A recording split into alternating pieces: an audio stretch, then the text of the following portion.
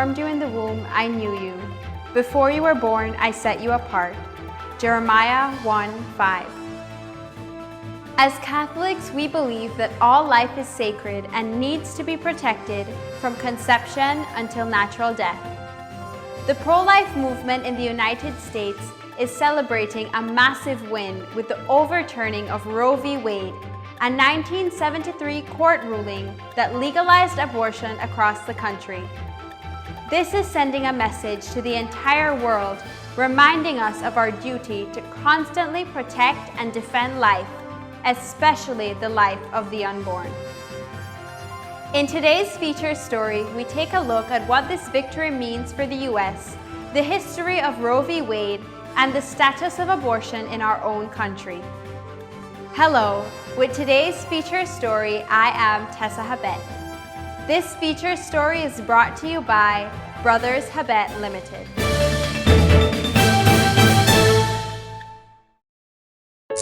Tired of replacing light bulbs? LEDs are what you need. LEDs last up to 30,000 hours. That's 30 times longer than incandescent bulbs, and up to 8 times longer than compact fluorescents.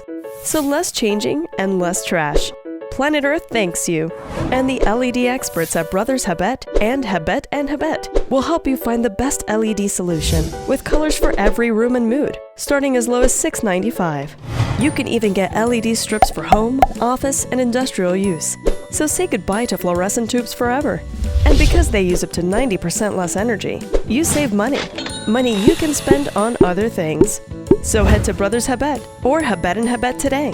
You can also call, email, or Facebook us. Have a brilliant day. Here I am, Lord. Is it I, Lord? I have heard you calling in the night. I will go, Lord, if you lead me. I will hold your people in my heart.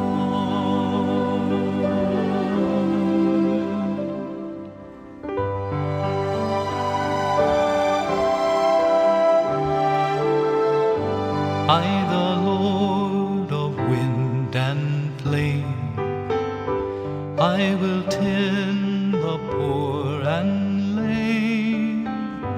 I will set off. On June 24th, 2022, which fell on the feast of the Sacred Heart of Jesus this year, Roe v. Wade, the court ruling that legalized abortion across the United States for almost half a century, was overturned.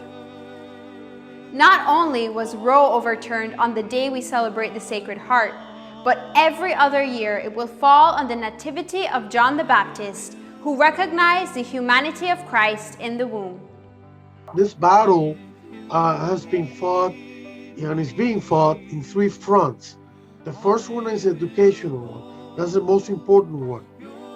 To educate, to inform people what is abortion and what abortion does to the baby and to the mother, and also to other relatives or friends of the social environment of the woman, how abortion hurts women, especially emotionally and also physically, and of course kills the baby.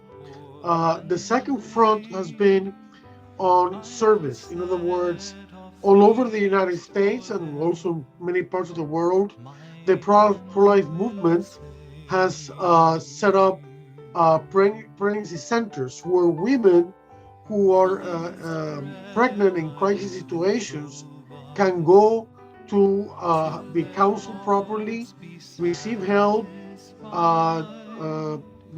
take the sonogram so they can see their baby and be convinced that what they carry is a human life, and receive all the aid that they need to carry the baby to term.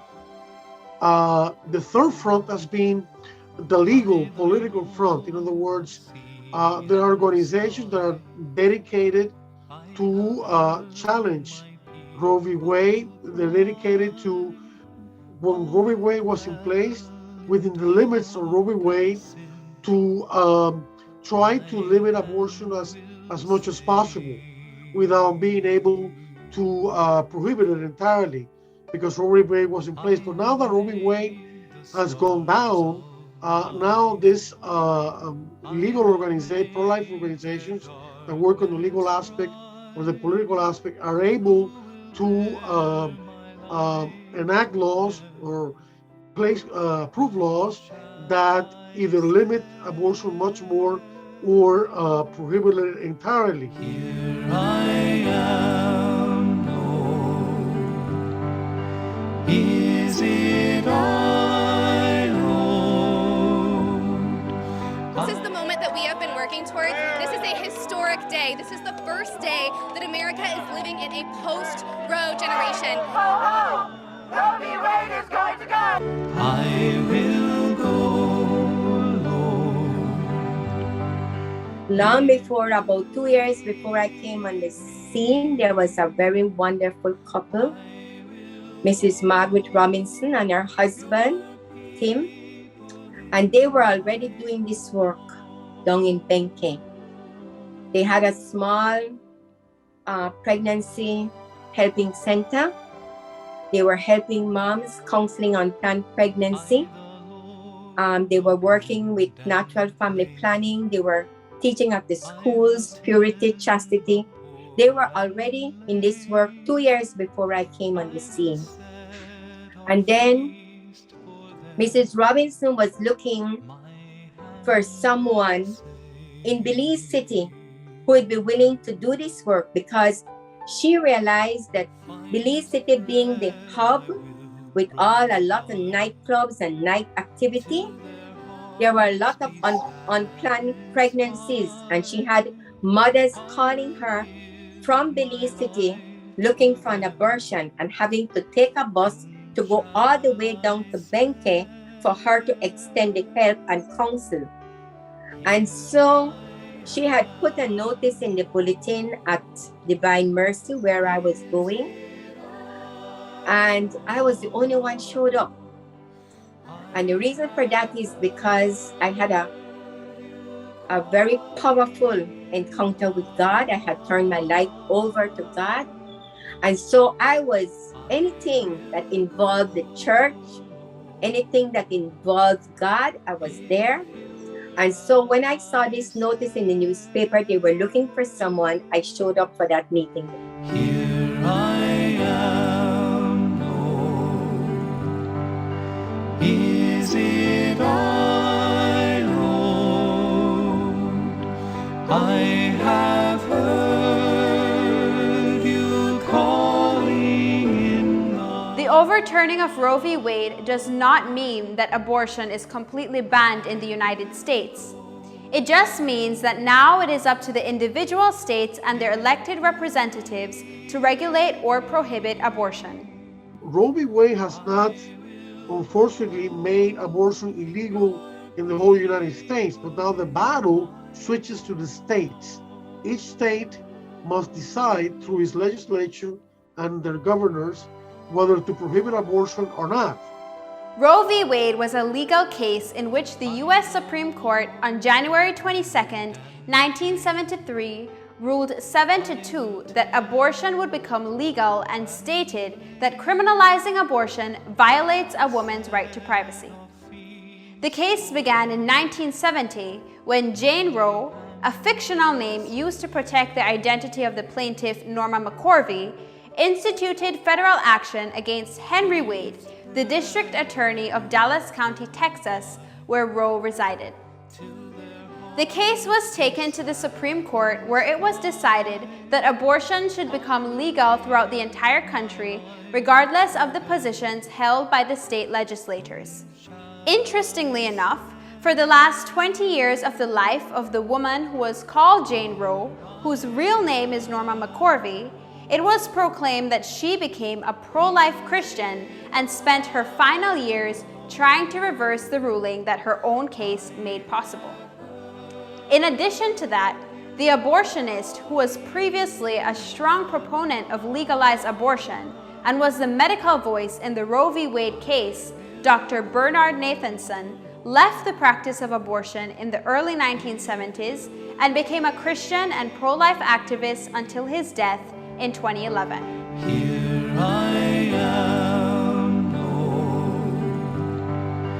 Is it I, Lord? I have heard you calling in the night. Miss Margaret and I were looking, Miss Margaret Robinson and I were looking for a place in Belize to do this work. And my father had a small little house, a little 10 by 10, right in the yard where we grew up, where we lived. And one day Margaret came to town and I just said, I have a place for you. And she said, well, let's go see. And that's how Helping Hands Pregnancy Counseling Center was born. And we opened our doors in May 2003. Father Jim Blunt gave us his blessing, blessed the place. And I started there with Miss Margaret. She's my mentor, always was. All that I know, she taught me. And so we started working there. And that was it, you know. I had gone on a pro-life conference with Miss Margaret. She took me along with her so I could see, hear, and learn. And we went to Mexico City. There was a 2-week pro-life Congress going on in Mexico City. All the big names in pro-life, Priests for Life, Human Life International. And that's where I made a lot of very sound connections, which have proved very fruitful for me in this ministry. So we did 2 weeks. Miss Margaret was already affiliated with CAM, Centro de Ayuda para la Mujer Latinoamericana, and we're still affiliated today. They are the Latin American counterpart of what we do. And so we represent them in Belize. And so I went with Miss Margaret, and when she was coming back on the way back, she told me on the bus that she had been praying on this. And she got a word that she was to hand the center over to me. And so she told me, I'm going to leave you on your own. I will continue to do the operation in Benque, but you'll be responsible for Belize City. You'll have to find everything you need, volunteers, staff, materials, baby clothes, everything. You'll have to be on your own. And that's how I started, really. Here I am, Lord. Is it I, Lord? I have heard you calling in the night. It's a step in the right direction because not only because many states cannot prohibit abortion, but also because, you know, the law has an effect on people's minds. Many people, like ourselves, do not need the law to tell us what is good and what is bad. But many people, for whatever reason, I'm not blaming anybody, are more vulnerable. And so something like this makes them think and puts them in the right road towards eventually being convinced by our efforts that abortion is wrong and that preborn human beings deserve to live. So it's a step in the right direction in that sense also. Here I am, Lord. Is it I, Lord? I have heard you calling in the night. Well, what I like about it is that I'm the third of 9 children that my parents had. And that has really instilled in me, deep in the core of my being, a great respect for life. I love life, I love people, I love family. And that was part of my upbringing in a loving home with very good parents, mom and dad, and very good brothers and sisters. And so I treasure life. I value life. I see the beauty in life. I see the beauty of a big family. I see the beauty of having brothers and sisters and no need for friends because you just bond together as a family. And so that's why I like what I saw. I guess God put that in me too. He had planted this seed from before I was born. All my parents, my sisters, brothers, everybody migrated to the States. I never chose to go to the States. I never liked that life. I love my home. I love my family. I love my people. I love my country. And I love giving and helping them. So when I gave my yes to do this work, God knows me that way. I'm very passionate about everything I do. If I'm very good, very bad, I'm very bad. And when I'm good, I'm very good. I don't do anything halfway. I give my all. So I put everything into this pro-life work because over the years, I heard it many times. God doesn't call the equipped. He equipped those that he called. God called me to this work. How did I know that?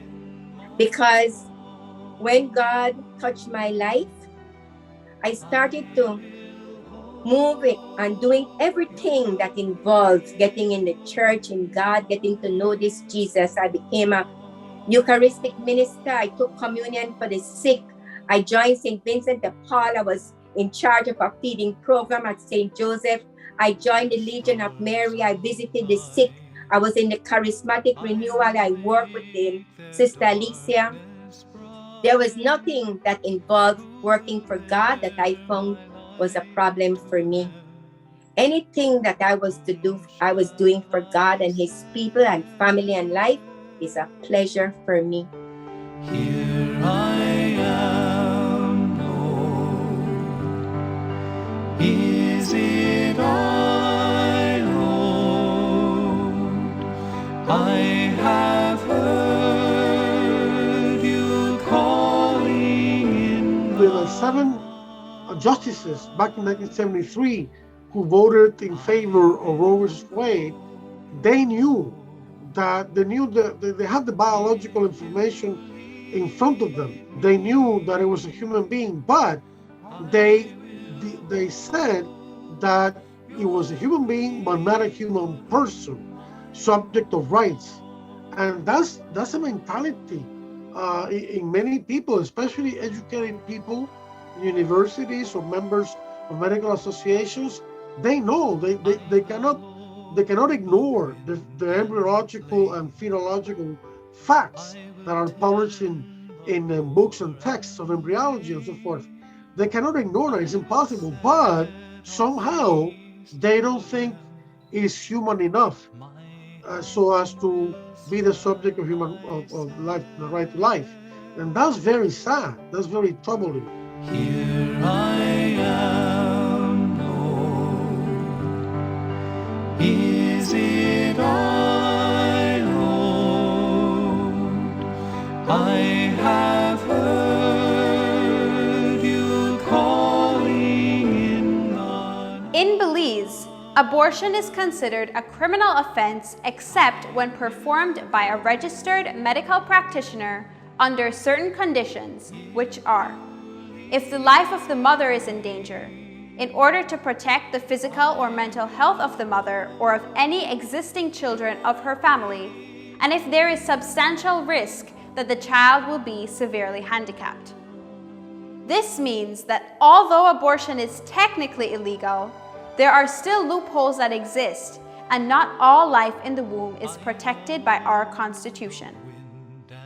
Roe versus Wade has been overturned, but our work has just started because really and truly, the most difficult thing we are up against is the medical abortion. And it's so sad in our country that there is absolutely no control over what is sold over the counter. So druggists, without a prescription, are able to sell to mothers drugs to not only kill their baby, but to hurt themselves for life. Because abortion wounds a woman for life. So it's sad that they think, all these people who really think that they're doing something good to help mothers when they come from it, they're not helping mothers. They're not. They're really causing them more grief, more sorrow than anything. They're creating a lot of hurt, angry mothers in need of healing. So it's an area in our country that needs to be looked at, because Belize has one of the most wide open cases where you can buy anything over the counter at the drugstore.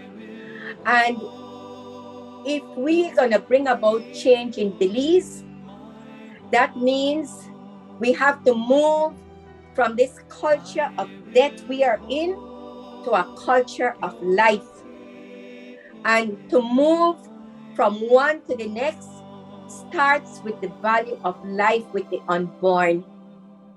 We have to stop killing the unborn in Belize.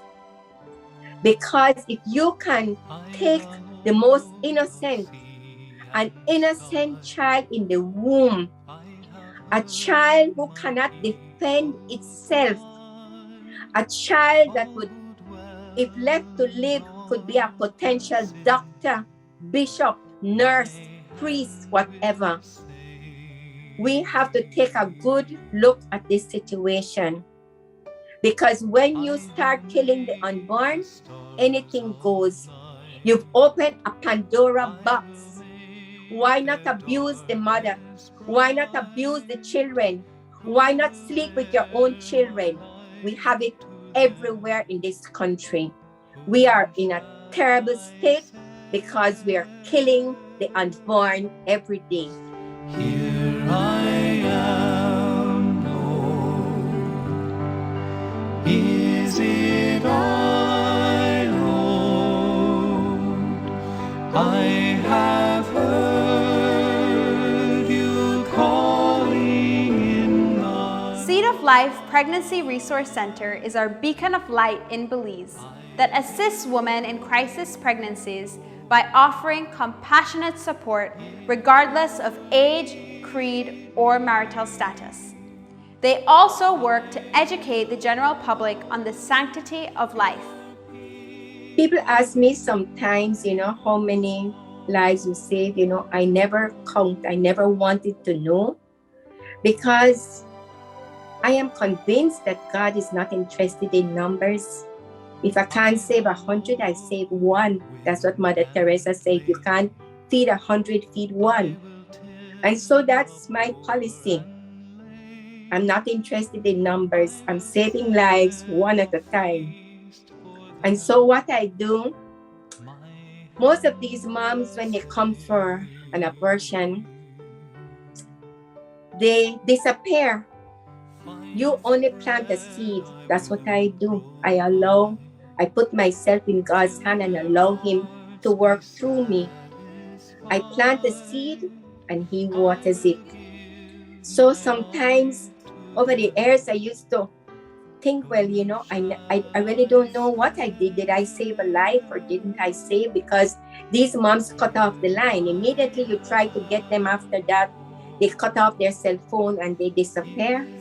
But over the years, God has given me that beautiful window of opportunity to actually meet up again with a baby that I had saved. And it's very life-moving. I met a young mother and she said, "Hi, Miss Judy." And I said, "Hi." I didn't recognize her. I see so many faces. I attend to so many women. I don't remember names. And so she said, "You don't remember me?" And she had a little boy, 4 years old, with her. And she said, "This is the baby that you saved."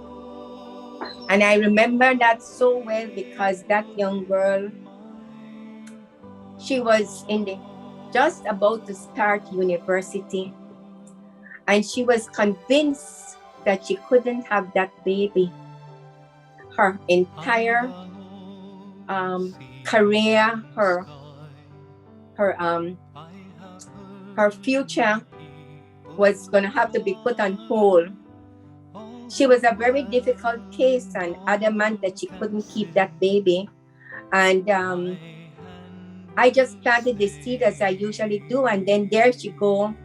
2 months down the road, she called me and she said, I need your help. And I said, what happened? And she said, well, she had tried everything and she's still pregnant. And so I moved in to help her, took her to proper doctors, get all the help she needed. And we eventually helped that girl to get back to school with her uniform, all the things that she needed and so on. That baby, like I said, is alive. I also had an incident once when I had a mother that dropped in at the ministry and she was bringing some clothes, and I said to her, how did you hear about us? And she said, I have a beautiful little reminder. She said, every day I look at her and I am thankful for you all. So she said, she came by to bring some baby clothes and little shoes. And she said, I want to thank you because I have that little reminder to remind me every day that I must be good to you all because because of you, I have a lovely child today. I had a set of twins that I had once rescued from abortion by getting that mother to say yes. And I met her one day with this beautiful little boy and girl. And she said, these are the babies that you saved. So over the years, I've had many instances like that I meet up with people. And sometimes they say, you don't remember me? I don't really, but God gives you sometimes this window of opportunities to meet these people, see these babies, so that it can strengthen your faith to go on and to want to do more. These are the little, the good parts that I get when I can see where my labors were not in vain and where I was able to help someone. Here I am, Lord. Is it I, Lord? I have heard you calling in Human Life International does not directly provide services, but we support by means of educational efforts and logistical efforts those organizations that have crisis pregnancy centers.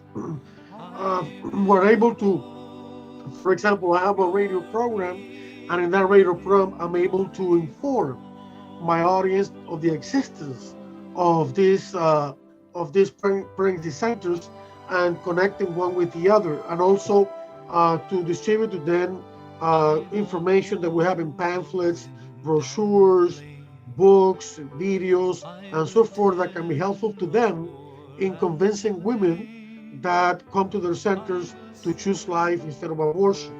Here I am, Lord. Is it I, Lord?